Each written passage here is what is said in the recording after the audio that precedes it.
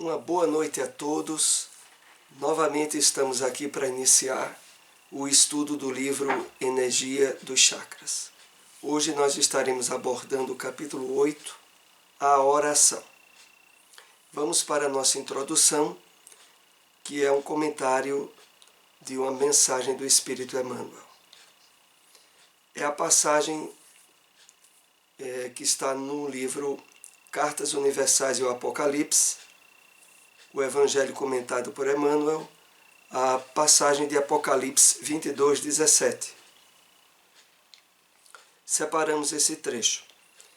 Se atingistes o nível das grandes experiências, não te inquietes. A incessante extensão do trabalho. O Mestre é o eterno amigo, que nos rompe as algemas e nos abre portas renovadoras. Entretanto, é preciso saibas querer. Vamos fazer aqui alguns apontamentos para preparar para o nosso estudo. Emmanuel, como sempre, nos convida a reflexões. Quando ele nos diz aqui no início, se caso tenhas atingido o nível das grandes experiências, não te inquietes a incessante extensão do trabalho. Que grandes experiências são essas? Emmanuel se refere, sobretudo, a todo o vasto trabalho de reforma íntima a que o Evangelho nos convida incessantemente a fazer. O burilamento íntimo, a percepção das imperfeições que precisam ser superadas, trabalhadas, a aquisição das virtudes, o entendimento mais preciso da realidade espiritual que nos convida a um trabalho de parceria com a espiritualidade. E é sobre isso quando ele diz dessas grandes experiências e que para as quais não devemos nos inquietar face à extensão desse trabalho. E ele diz por quê? O Mestre Jesus é o eterno amigo, que nos rompe as algemas e nos abre portas renovadoras. Romper as algemas é quebrar as ilusões do materialismo, é ajudar-nos a despertar espiritualmente, a entender e perceber a imortalidade espiritual, nossa verdadeira natureza, e que, como o texto diz, abre portas renovadoras. Não há como não abrir, porque nós trazemos um passado rico de experiências frustrantes, de desequilíbrios morais, de vícios, e que necessitam passar por uma ampla renovação e superação. Mas para que tudo isso ocorra, Emmanuel termina nos advertindo. Entretanto, é preciso saibas querer. E ele diz isso porque as leis divinas e os benfeitores espirituais respeitam profundamente o nosso livre-arbítrio. O desejo que podemos expressar ou não de abertura para esse trabalho de renovação profunda, espiritual. E para isso, nos convidando a refletir, Emmanuel nos ajuda a, de fato, estabelecer de forma profunda o desejo de renovação, para o qual não nos faltará apoio espiritual. amparo da espiritualidade benfeitora, a nos dar meios e instrumentos para o êxito dessa tarefa. Vamos então para o nosso estudo dessa noite, a oração, que é um tema de conhecimento variável e amplo na doutrina espírita. Inclusive no próprio Evangelho segundo o Espiritismo, é tratado de uma forma rica nos 2 últimos capítulos, capítulo 27 e 28. Pedi e obtereis, e coletânea de preces espíritas. Inclusive, o último capítulo, capítulo 28 do Evangelho, através dos vários modelos e sugestões de prece, ele faz toda um rico trabalho introdutório, que é uma síntese de todo o Evangelho.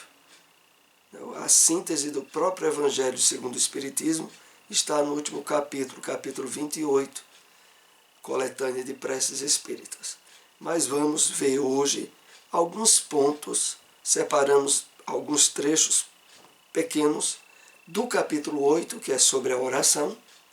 Deixamos a sugestão para que se leia o capítulo todo, e se possível toda a obra, porque aqui nós apenas conseguimos abranger alguns tópicos para facilitar o entendimento, que sem dúvida nenhuma é muito mais rico e valoroso feito a leitura atenta de todo o capítulo, o que aqui não é possível.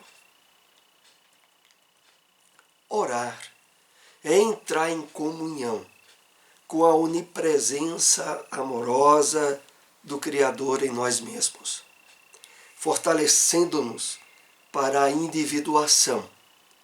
A oração é um grande instrumento do espírito imortal para se melhorar. Vamos analisar esse conteúdo colocando algumas observações que facilitem esse entendimento.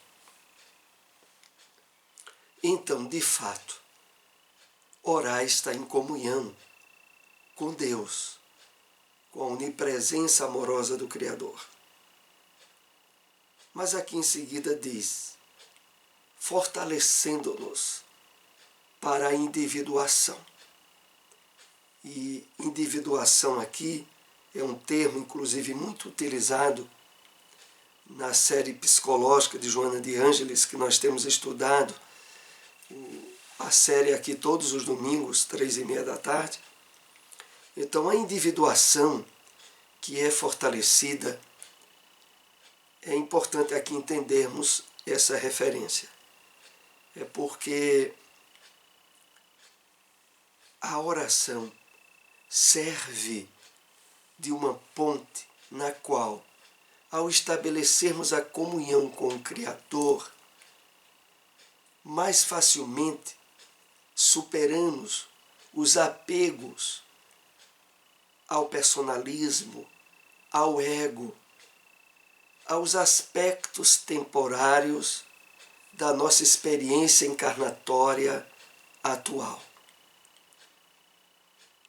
À medida em que nós vamos trabalhando essa comunhão com Deus e o despertamento do nosso eu profundo, nós estaremos nos fortalecendo no aspecto da nossa individuação. E prosseguindo é dito a nós, a oração é um grande instrumento do espírito imortal para se melhorar. Justamente por esses aspectos nos quais nós passamos a nos sentir mais fortalecidos em termos profundos de conexão com as leis divinas e de nos tornarmos instrumento dessas leis, a prática da vivência e da caridade, aonde espíritos do bem trabalham e cooperam junto a nós no êxito dessa tarefa. Deus, nosso Pai imutável e amoroso, ora por seus filhos? Sim. A onipresença amorosa de Deus é uma oração, nos estimulando o tempo todo à evolução. Essa é a vontade do Pai, que Jesus nos ensina no Pai Nosso. Então, muito interessante esse aspecto que a obra nos convida a refletir. Deus ora. Se nós, como pais imperfeitos, inúmeras vezes nos pegamos orando por nossos filhos, pelo bem deles, avaliemos Deus. Claro que Deus ora por nós. E como o texto diz, constantemente. A onipresença amorosa de Deus é uma oração nos estimulando o tempo todo à evolução. Então, através das próprias leis divinas, nós somos estimulados à evolução, ao crescimento espiritual, à aquisição da felicidade verdadeira, à autoiluminação nossa. Então, essa é a vontade do Pai, que Jesus nos ensina no Pai Nosso. Toda a estrutura do Pai Nosso está dentro desse princípio de amorosidade de Deus em relação a nós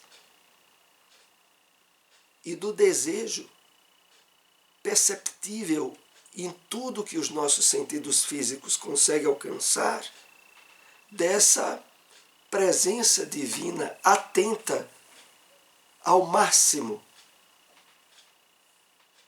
Inclusive, às vezes, em nossos próprios erros e desacertos, a misericórdia divina está lá nos estimulando às necessárias retificações. Quando alcançamos um nível de humanidade, adquirimos a capacidade de exercitar a vontade pelo uso consciente do livre-arbítrio.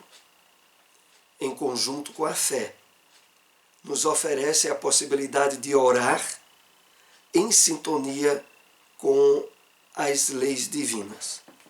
Aqui é uma parte importante desse capítulo que vamos colocar algumas explicações indispensáveis.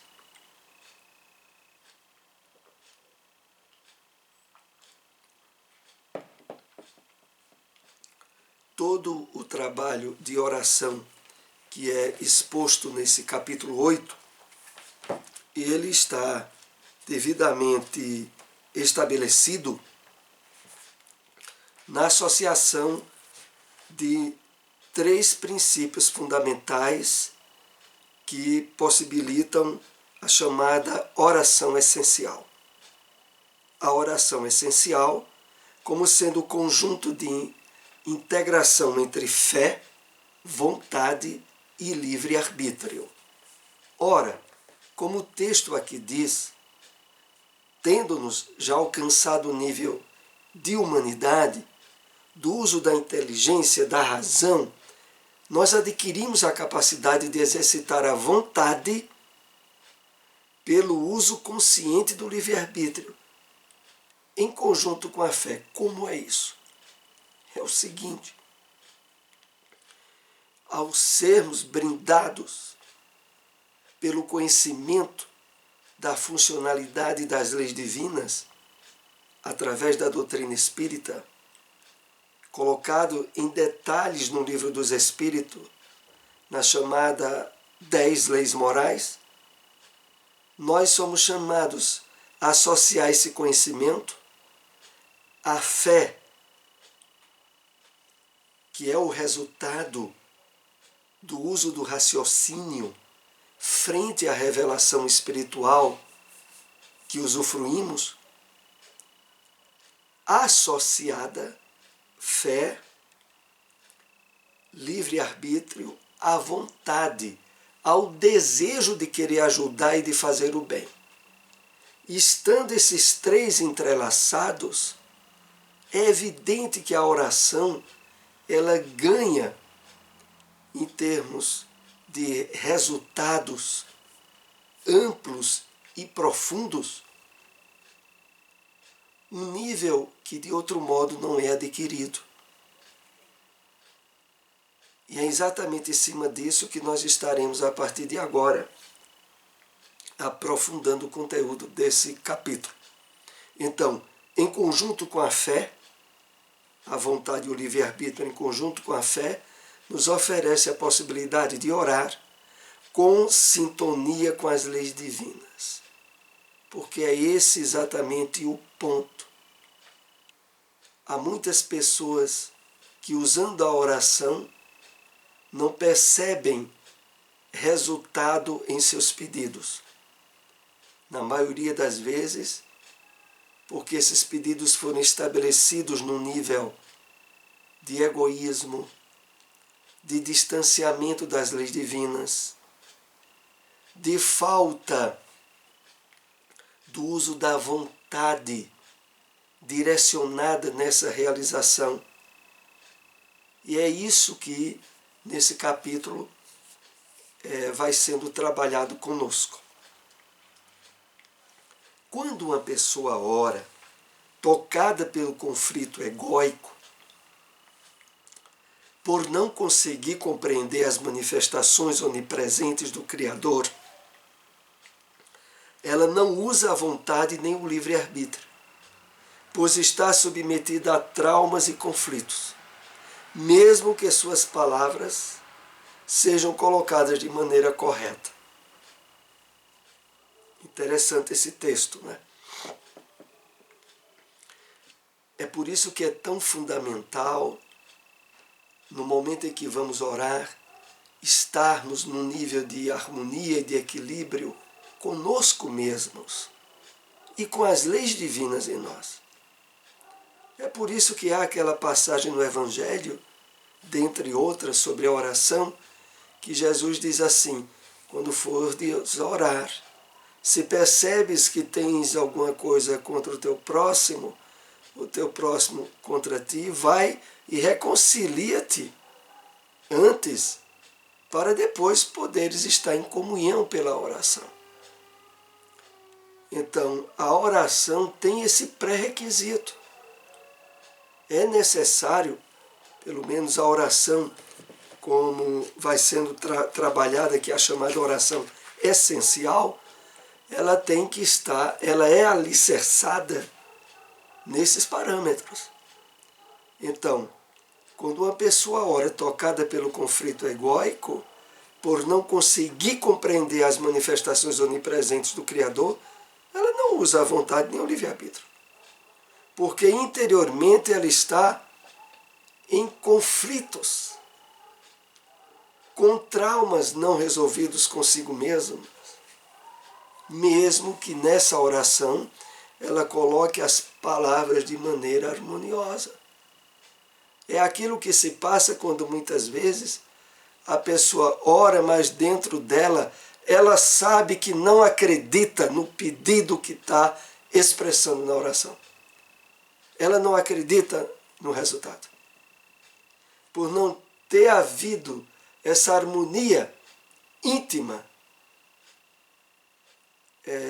alicerce indispensável para que a oração seja feita dentro desse aspecto de essencialidade. Então, o que faz com que alguém, qualquer um de nós, ore pela saúde de outra pessoa mesmo, ou pela superação de um problema que passa, e não alcançar resultados, não poucas vezes, no próprio momento em que nós estamos orando, nós, lá dentro de nós não acreditamos na eficácia daquela oração. E é quando algumas pessoas chegam a dizer assim, de orar por alívio de consciência, para não dizer que não orou, não pediu por alguém. Mas aí essa oração, ela não tem estrutura, não tem alicerce espiritual para o êxito. Orar significa entrar em comunhão com Deus para absorver as suas energias refazedoras e poder transmutar os sentimentos em desequilíbrio. Somente conseguiremos essa comunhão após termos entrado em comunhão com a nossa própria essência.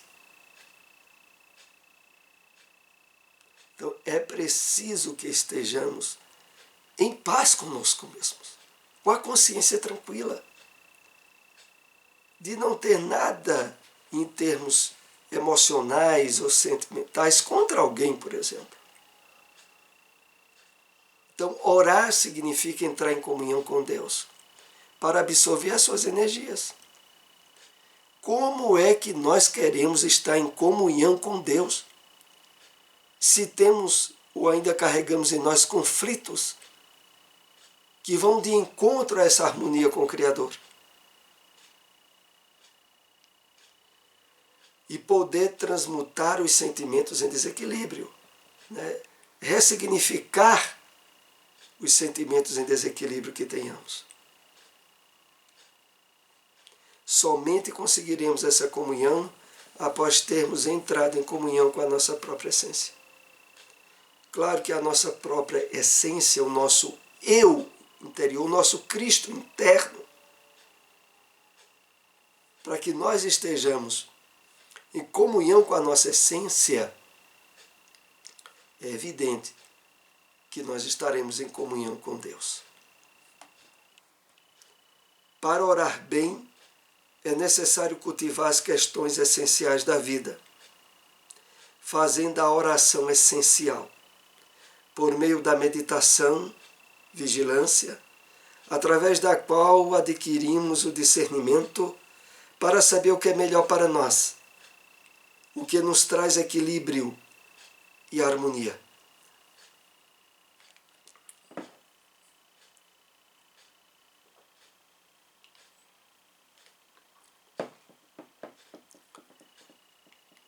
Então, cultivar as questões essenciais da vida, fazendo a oração essencial, que é aquela que se estabelece no triângulo fé, livre-arbítrio e vontade, através da qual adquirimos o discernimento para saber o que é melhor para nós e o que nos traz equilíbrio e harmonia. É por isso que normalmente as pessoas que se percebem em desequilíbrio em relação às leis divinas pedem para que outros orem por ela, porque elas sabem que não nutrem essa comunhão com Deus devido ao seu comportamento. É claro que essa consciência de imperfeição é um passo positivo, desde que abra na pessoa campos sinceros para a humildade e para a busca de ajuda espiritual na superação de certas imperfeições. Já vimos que pela meditação nos autoconhecemos e percebemos os nossos sentimentos egóicos a serem transmutados, entendendo que é fundamental a desidentificação do ego e a identificação consigo mesmo em essência, com o divino em nós, com o amor que somos. Então, nos encontros anteriores que tivemos sobre a meditação, inclusive aqueles que não tenham assistido, busquem no nosso canal no YouTube, tem os estudos anteriores onde tratamos a questão da meditação, como ela nos favorece no trabalho do autoconhecimento e da desidentificação do ego. A busca do trabalho de individuação, de despertamento do eu profundo. Esse trabalho que é realizado, a princípio pela meditação, vai favorecer, vai nos habilitar ao trabalho, à comunhão da oração dentro dessa chamada oração essencial, que é o objeto do trabalho das explicações desse capítulo. Então é muito importante sabermos disso. Quanto mais estivermos em comunhão com Deus, no momento da prece, percebendo-nos em termos de individuação e não de ego, de personalismo, de entendimento da situação do ponto de vista das leis divinas, quanto mais isso estiver acontecendo, mais a nossa oração estará estabelecida no campo de convicção e de fé que resultará no êxito dela. Como filhos de Deus, estamos constantemente sendo estimulados por Ele para o autoencontro, ou seja, o encontro com o divino em nós mesmos. Assim, a meditação e a oração andam juntas, abrindo e consolidando nosso potencial transpessoal.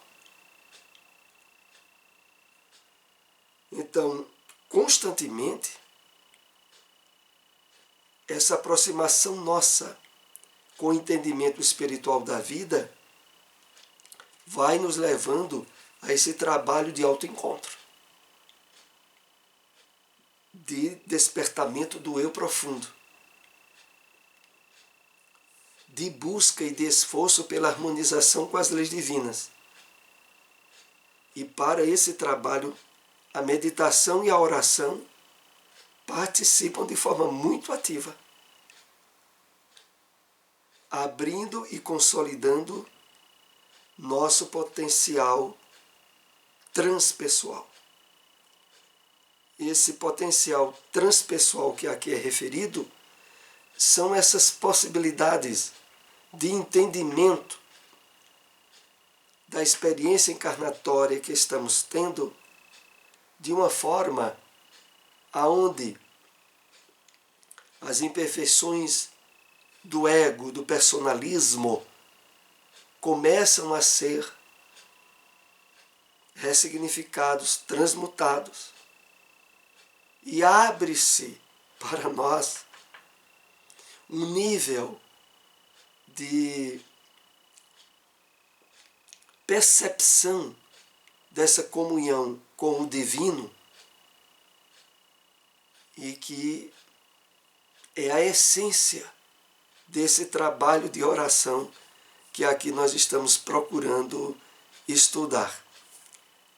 Prosseguindo, quando uma pessoa que está vibrando numa faixa inferior recebe um pensamento de compaixão ou uma oração, esse pensamento fica em volta de sua psicosfera, como um adubo na terra envolvendo a semente. É interessante esse aspecto, porque mesmo que aquela pessoa para a qual estejamos orando não saiba, a emissão da vibração, do magnetismo através da prece, direcionada ao bem daquela pessoa, alcança. E se não provoca de imediato um resultado, passa a fazer campo da psicosfera, das vibrações mais próximas daquela pessoa. Como aqui é colocado a expressão um adubo na terra, propiciando o campo ideal à germinação da semente, das forças divinas que irão solucionar o problema, a dificuldade daquela pessoa. Então é muito importante isso.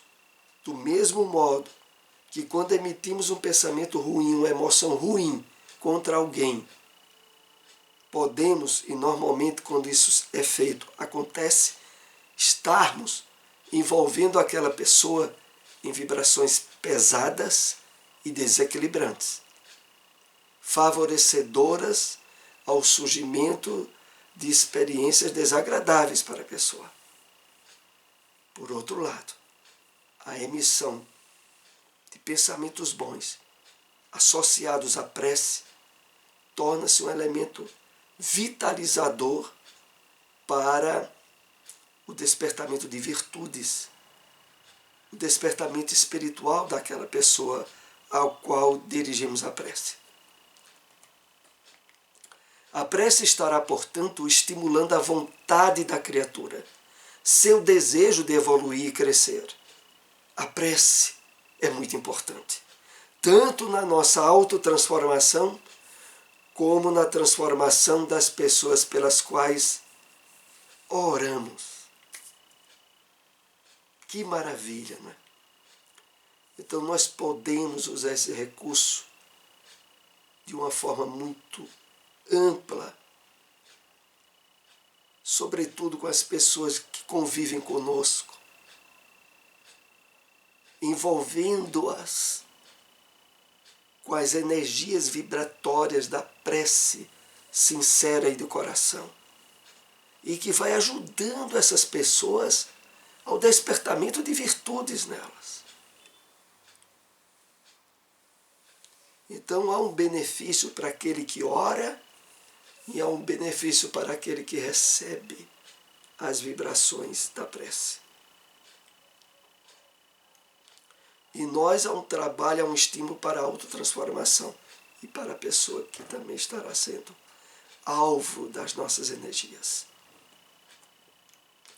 Quando a criatura, em virtude do bom uso do seu livre-arbítrio, por meio da vontade e da fé convicta, se entrega à oração essencial, se fortalece para passar pelas experiências de maneira adequada, transformando-se para melhor. Então, esse trabalho do uso da prece, estabelecida nesse tripé, livre-arbítrio, vontade e fé, vai redundar para nós no fortalecimento espiritual para vencermos dificuldades e problemas pessoais conosco mesmos e, ao mesmo tempo, vai nos ajudando no trabalho de autotransformação, de espiritualização. Em qualquer circunstância, a oração é essencial. Lembrando aqui, a oração é essencial, estabelecida na fé, no livre-arbítrio e na vontade. Constitui na fonte revitalizadora, permanente, inesgotável, a nos impulsionar ao progresso, até a perfeição, no movimento ativo de comunhão com Deus. Então, como é colocado aqui no texto, em qualquer circunstância, usarmos a oração essencial. Ela estará nos impulsionando ao progresso, à perfeição, em um movimento ativo de comunhão com Deus. E é por isso que essa obra que nós estamos estudando aqui, a energia dos chakras, logo no seu título, logo abaixo dele tem o poder terapêutico da fé, da meditação e da oração. Então, nessa obra, onde esses aspectos vão sendo bem trabalhados conosco, vai haver um direcionamento que nos fortalece em nossos centros de força, em nossos chakras, em nossa essência espiritual e possibilitando-nos o melhor aproveitamento possível na nossa presente encarnação. Bom, esse é o último slide do nosso estudo dessa noite. Lembrando a todos que não tenham assistido estudos anteriores, visitem o nosso canal no YouTube, se inscrevam lá. Até o próximo estudo. Aqueles que puderem, compartilhem essas informações. Agradecemos muito.